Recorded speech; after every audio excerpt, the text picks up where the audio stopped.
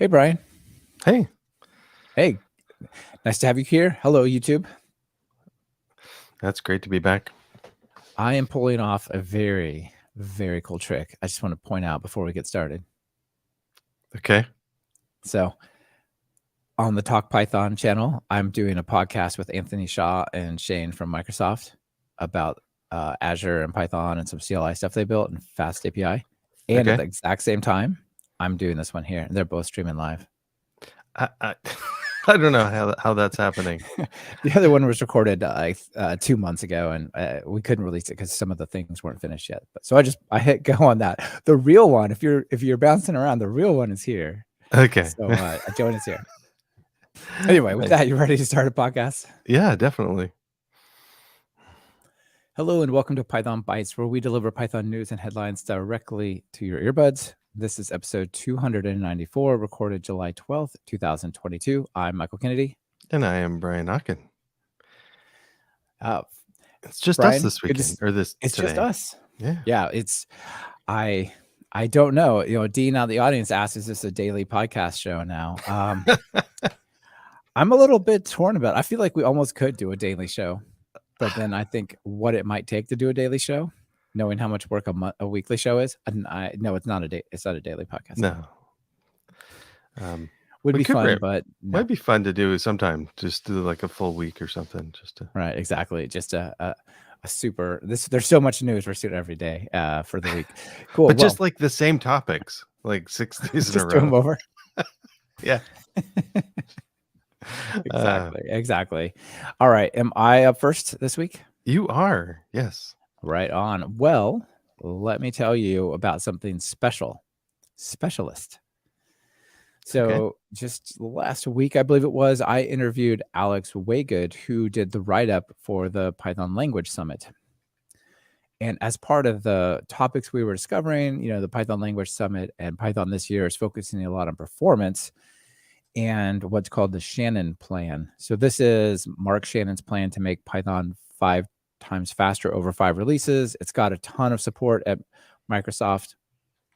Guido van Rossum's there working on it, but they've hired like 5 or 6 other people who are full-time working on making Python faster now. So awesome. Thank you for that. However, one of the things that made Python 3.11 fast is some of the early work they did. And it comes down to PEP 659, a specializing adaptive interpreter. So let me tell you about this feature, this performance improvement first, and then we'll see what specialist is about, because it's about understanding and visualizing this behavior.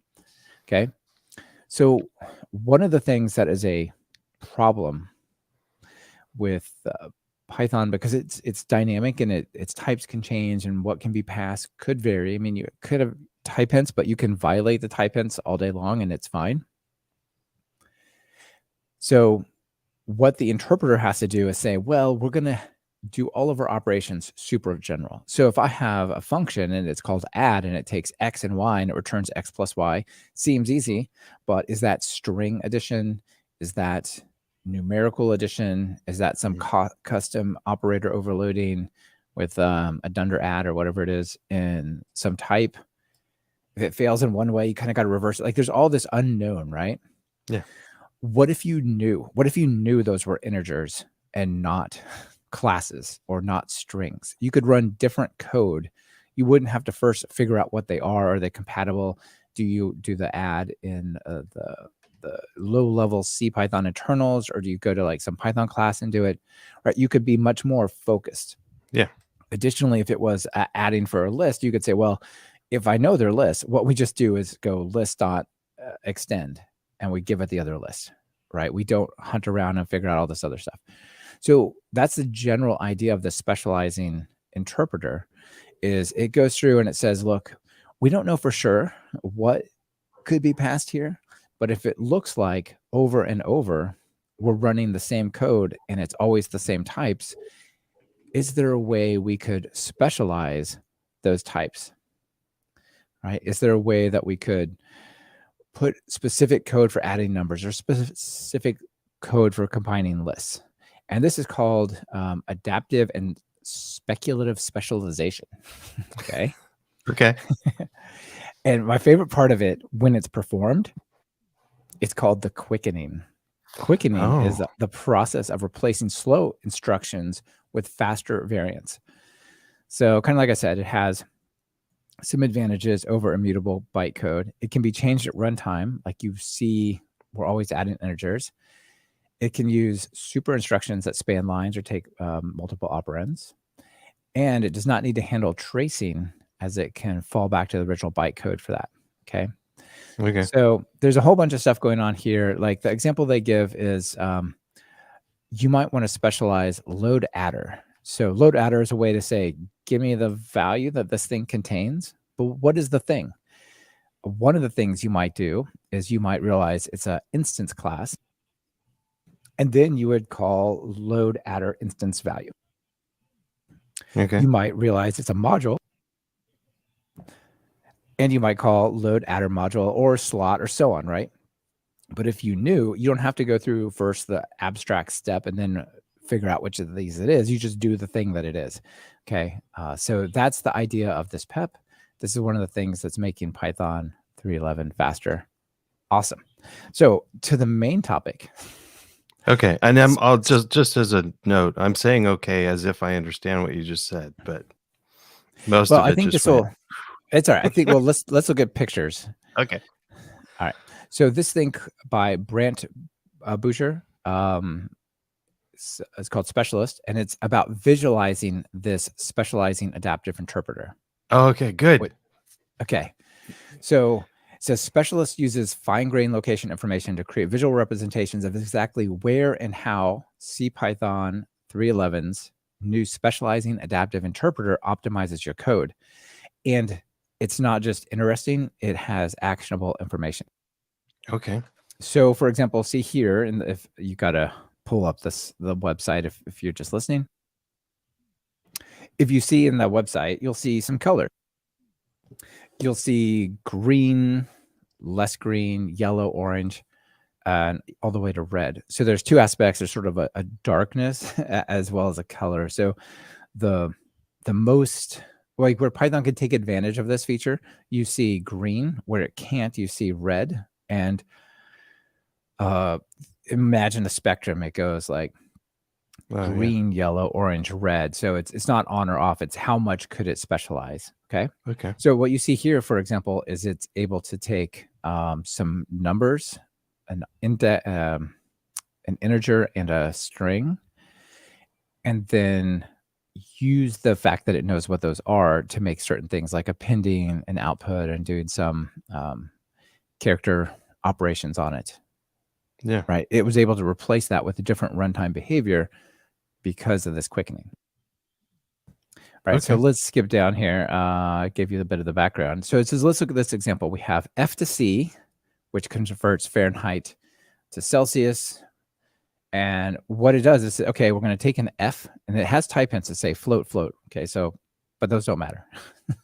So it says we're going to take an F and subtract 32 from it. And then we're going to do simple math.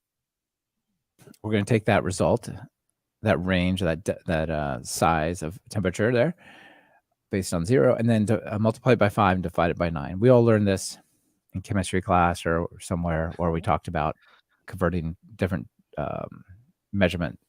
Yeah, of course. Yeah. Right. So these are straightforward, but there's actually problems in here that make it slower and prohibit Python from quickening it as much as it can be quickened. Okay. So if we take this code, it just runs F to C and C to F, and it gives it some test values and says, just do it and tell us what happened. We can run Specialist on it. And it says, okay, this X here says the green areas indicate regions of code that were successfully specialized, where red areas are unsuccessful, like it tried and it failed. So it says one of the problems is start out the X equals F minus 32. It says, well, we can quicken operations on numerical types that are the same, but for now, there's not a float int and float variant of this. It's got to be float float. Oh, right. So it says, right, you could have gotten a faster operation there, but because the types didn't match, you won't. But then what it did get out is an X, and that's great. An X, which is a float, and it's going to do some stuff, and it could sort of make it better. But it said, look, here's some multiplication again by an integer and a float. So that's not quickened. And this division is apparently never quickened. So what can we do? Well, with that information, you can say, well, what's the problem with subtracting 32? Well, it wasn't a float. Well, what if I said 32.0? Oh, yes. All right. That gets replaced by faster code. Oh, nice. Right? Yeah. So that's pretty nice. And if you want to return, it was adding like X plus 32 for the other direction. And now it's 32.0. That's faster. Okay. Well, what else? What if now you can see when we did that part of the conversion X times 5 divided by 9, if we put a 5.0, that gets faster still, but the divide is never quickened. Okay, well, what if we put the divide in parentheses? It doesn't really matter if it's X times 5 divided by 9 or X times 5 divided by 9, right? These are mathematically equivalent, but they're not equivalent to Python, because that operation results in it leverages constant folding, right? 5 divided by 9 is pre-computed in Python to be a float. Okay. Right, at parse time, right? That's just how it works with constants. If it says it can do math with constants ahead of time, it does it. So that becomes a float, and then float times float is now quickened, right? Isn't this cool, the way you can apply this and actually make your code faster, not just go, oh, it's interesting, it must be quickening it there. But it's actionable. It is really pretty cool, and I'd really like to see this incorporated into an editor or something to say, your code will be faster if you just add a 0.0 here or something like that. And it's going to become a float anyway. It doesn't matter. It just, why would you write 32.0 when you just meant 32? Seems more precise to say 32. Because I'm used to doing that, to thinking if it's okay. But me personally, if I know it's going to be a float math, I usually do 0.0. But maybe that's not a normal thing. Anyway. You're such a C programmer. So all right. Well, I think this is really cool. This it is pretty cool. Yeah. And I don't know if I have any code that does math at that fine a granular level that I really care. But maybe, if you're in charge of a library where you've got a tight loop, or you do a lot of math science stuff where it matters, then this can be really useful. And what's cool is it's not like, and switch to Rust or switch to C or switch to Python and it'll take effect. Like, no, this is like straight Python code. This is just, how do I take most advantage of what is already happening for performance boosts in 3.11 that we haven't had before. I think it's going to be just one more workflow step. So you've got you profile your code. Your code, your whole thing is a little bit slower than you'd like it to be. You throw a profiler on it. You see the bottleneck areas that you could improve, and you think, should I like rewrite some of this in Rust or C, or what should I do? Well, first off, let's try doing this. Like throw this at it, and have the optimizer from 3.11 help you out, and so I think this I can definitely see that this is going to be part of people's workflow. But profile, I agree first. That you want to profile. Don't do it everywhere. Yes, exactly. Because while it's fun to do this, only focus where it's going to matter. Don't optimize a bunch of stuff that doesn't. So Brian out in the audience says, different Brian, is there a plan to do lossless type conversion, or maybe Flake8 can make this kind of suggestion? Yeah, exactly. That'd be cool. Yeah, I'm not really sure if you don't want to write the code where you get different outputs, probably, right? But everything that was happening here, you ended up with the same outcome anyway. It's just like, well, do I do the division first or the multiplication? Or do I start with an int that results after some addition, subtraction with a float, or as I just make them all floats, right? I feel like it's, in most cases, it shouldn't be changing the outcome. So, okay. Yeah. Cool. Anyway, that's what I got for the first one. How about you? Well, kind of sticking with a 3.11 theme so far. Well, we can use TOML now, but in 3.11 we are going to have a TOML lib be part of Python 3.11 with PEP 680, and we covered that in episode 273. But one of the things we didn't mention was that the TOML lib is and I think we did mention it, is based on TOML, but TOML you can use right now. So a lot of projects are switching to use TOML as their TOML parser, to read like pyproject.toml or read their own config file. And so I just wanted to highlight it. It's TOML is a little TOML parser. It's a cute little thing on the That is project. cute. But I was reminded of it because the real Python people put out, actually looks like Gear Arn. Sorry, I'm not going to try to pronounce that name. Real Python wrote an article called Python and TOML new best friends, and I really love.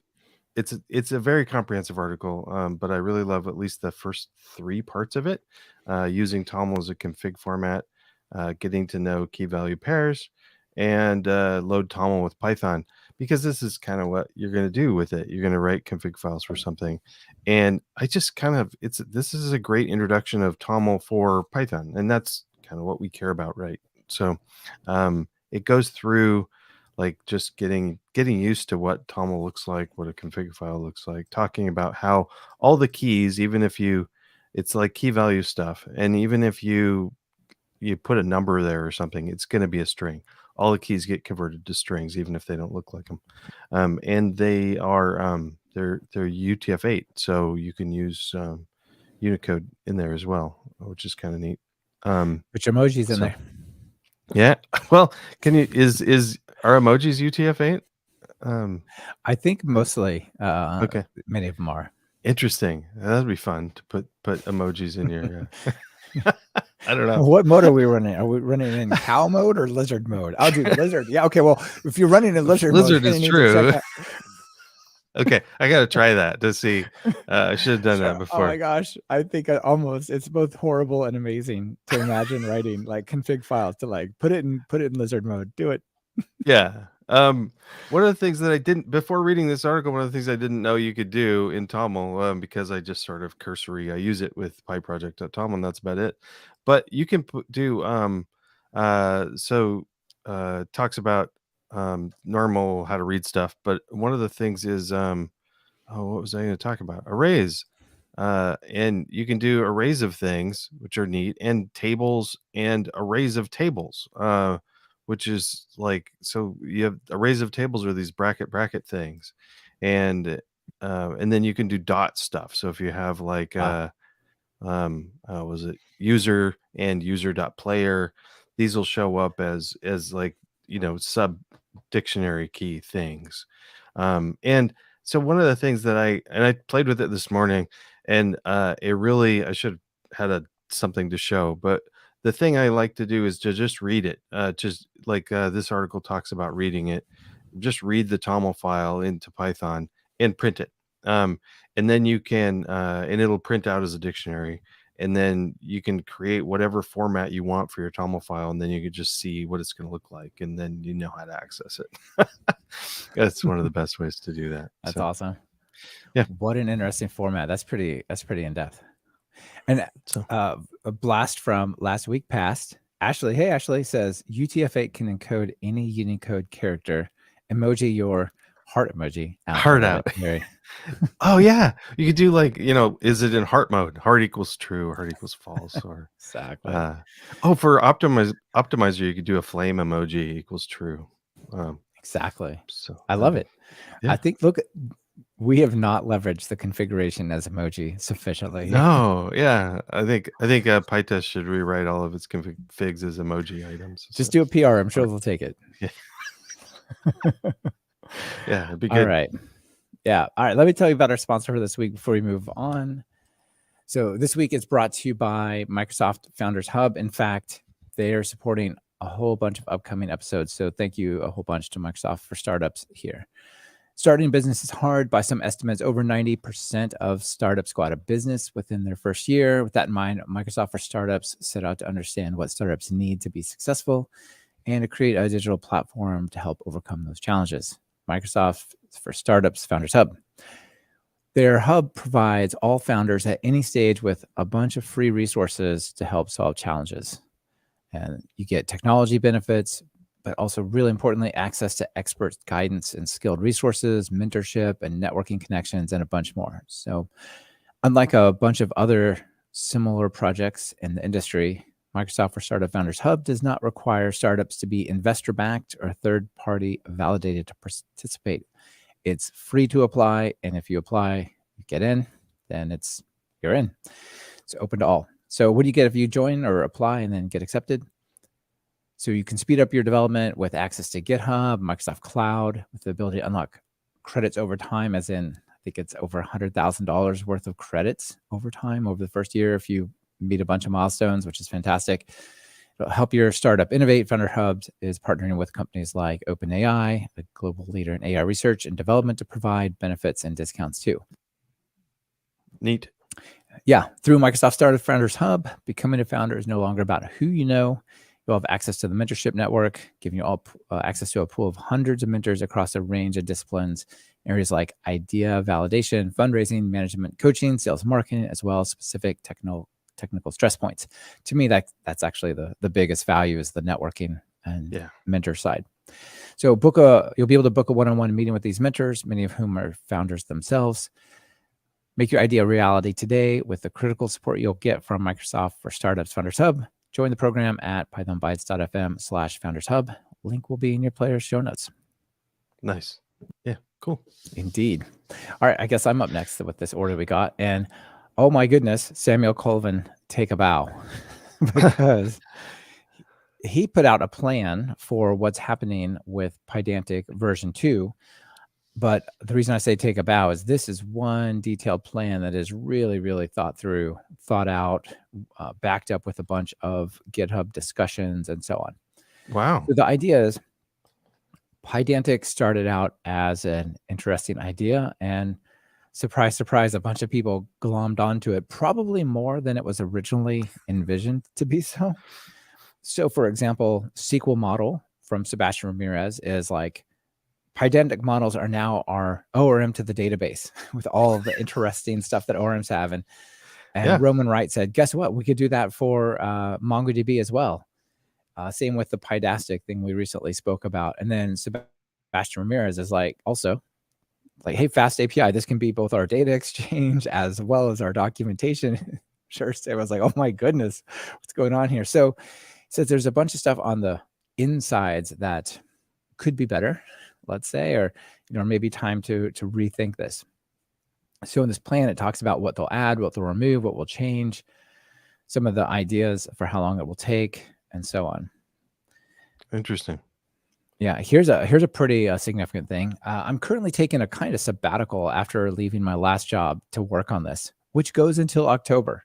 So that's a big commitment to, I'm gonna help make Pydantic better. So it sounds familiar. It sounds a bit like Rich and Textural and those types of things as well. But this is a big commitment from Samuel, and he's really doing a ton of work.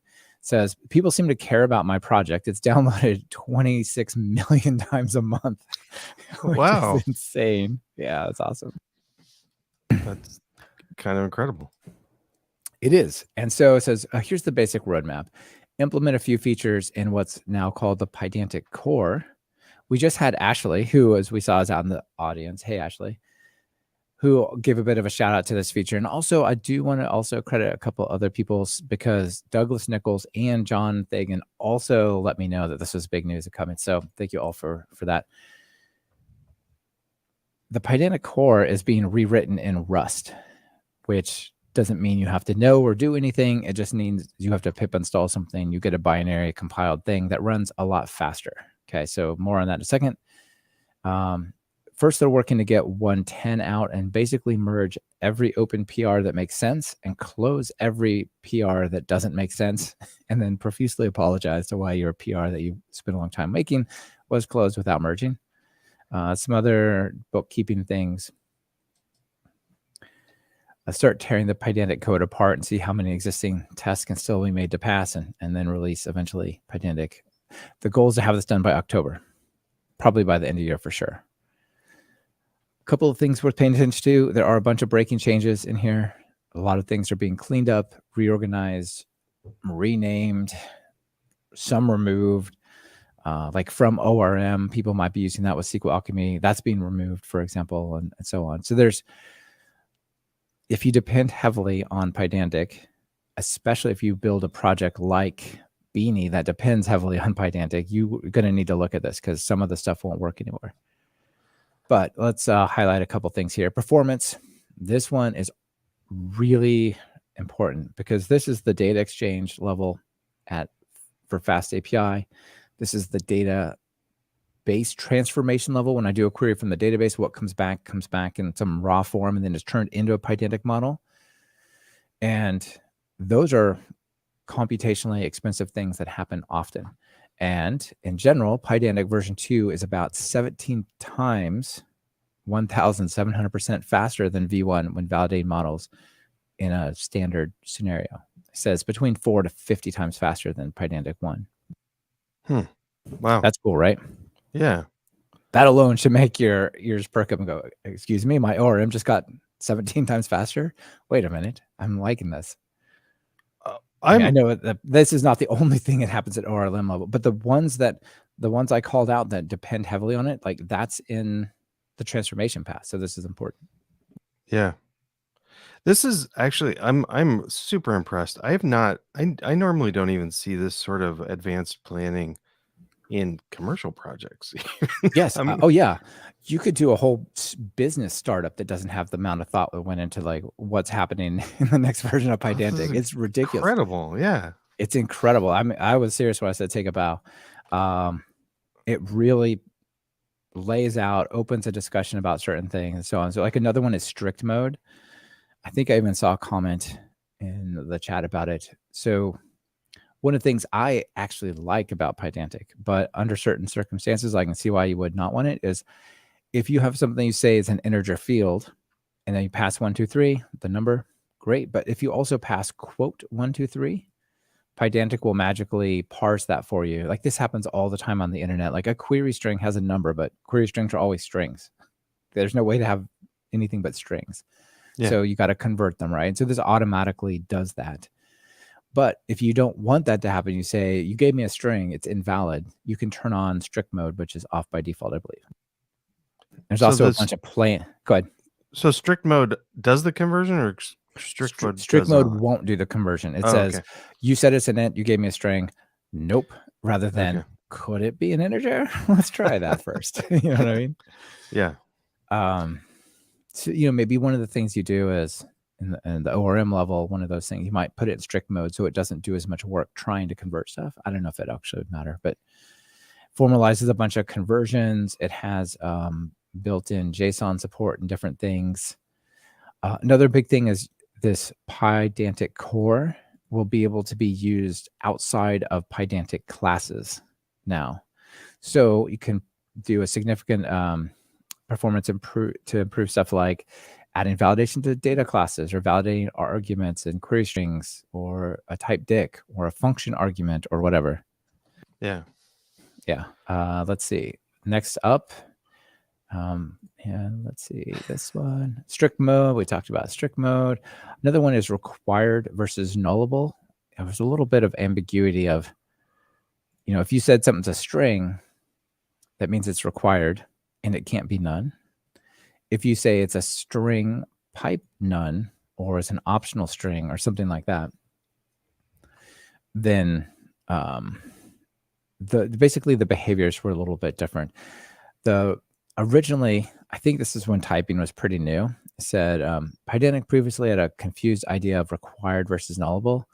This is mostly resulted from Sam's misgivings about marking a field as optional, but requiring a value to be provided to it, but allowing it to be set to none or something along those lines. Like, anyway, there's some minor changes around that. Let's see. Final one that I want to cover is namespace stuff. And this is like a whole bunch of things are now getting renamed. So for example, if you implemented or overrode validate JSON, it's now model_validate JSON. If you had is instance, it's now model is instance.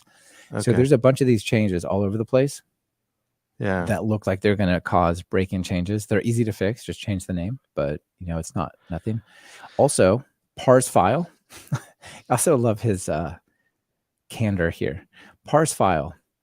This was a mistake. It should have never been in Pydantic. We're removing it. Parse raw, partially replaced by this other thing. Anything else it did was a mistake. From ORM, this has been moved somewhere else. Okay. Schema and so on. So you just like, there's a lot of stuff that people were using here. So just have a look, try it out. Don't just go, oh, then version 2 is out. It's just going to work. Like this is going to have some significant changes. But and then another reason why it's really awesome that he goes through so much detail is because there's gonna be stuff that breaks. So it's a breaking interface change, and so yeah, it's good. It's cool that it's this detailed. And a couple things to notice. Let's see. Somebody else in the chat mentioned, Richard mentioned, and he has emojis in the headers. Yeah, there's emojis in the headers. And I gotta say, like the navigation in the table of contents, very cool. It goes to like light gray for areas you've already seen, and then that's interesting. It's a cool thing. So yeah, it's quite cool. I've been going on, but 2 real quick things. One, there'll be no pure Python implementation of the core. It's always Rust, but they list out the platforms where it'll be compiled to, including WebAssembly. Oh, but nice. They previously had some Python in what was supposed to be pure Python's Pydantic, and so now a kind of bonus is the Pydantic model, the Pydantic package becomes a pure Python package, whereas previously it wasn't. So they've taken like all of that behavior and put it into this core thing that ships as a Rust binary. And now instead of doing some Python middle ground, it's pure Python again. So that's an interesting refactoring, I think. Yeah. And finally, documentation. When you get a validation error, it gives you a link to the documentation in the JSON error message. That's pretty cool. Yeah. That's nice. All right. Yeah. Anyway, that's quite a plan, isn't it, Brian? Yeah. Quite a plan. All right. Well, I'm excited for it. Okay. Well, next topic is a little more lighthearted. It's about fish. Pike, to be specific. No, it's about PDFs. So it's just a cool project I saw noticed. PikePDF. It's a Python library for reading and writing PDF files. What's the big deal? We've had these before, but this is it's based on QPDF, which is a C++ based library, and it's presently continued being maintained. So it's kind of pretty fast. Well, actually, I'm assuming it's fast if it's C++ in the background.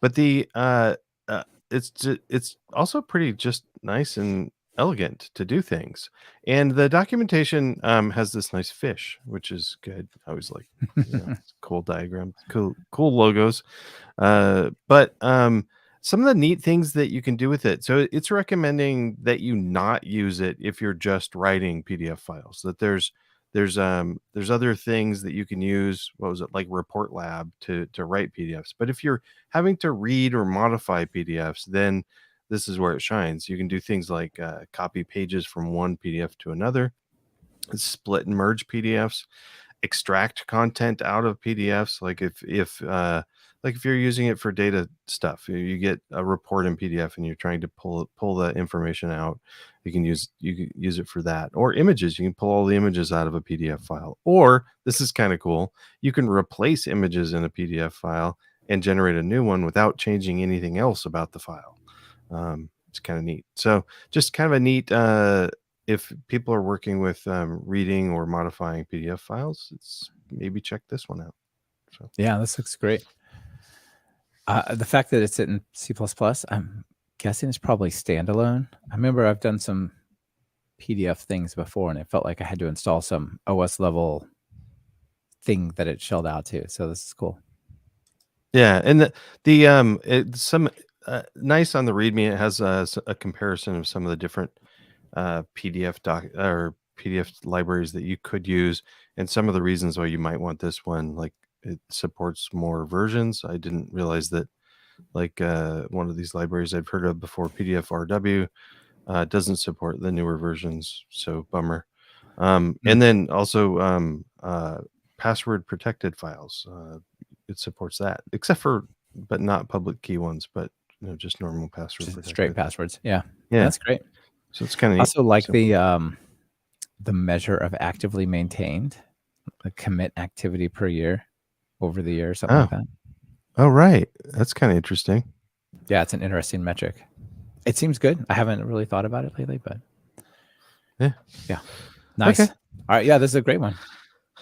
Well, so that's it for our main items. Yeah. What else you got? Any extras? Well, last week we talked about the critical packages. Or at some reason. Yeah, last week. We talked about critical either packages. yesterday or last week, depending on how you consume this material. Yes. Yeah. So I was surprised to find out that PyTest-check, the plugin I wrote, was one of those. I'm like, really?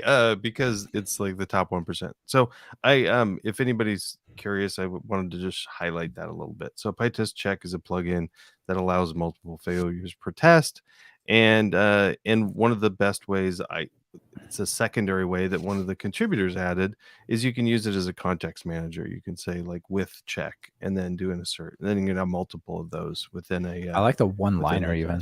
That's pretty nice. And this is totally like Black will totally reformat this if you ran it through Black, but it's nice. You'd have to block it out anyway. I was like, how could it be I'm curious what on the list it was. So there's a place called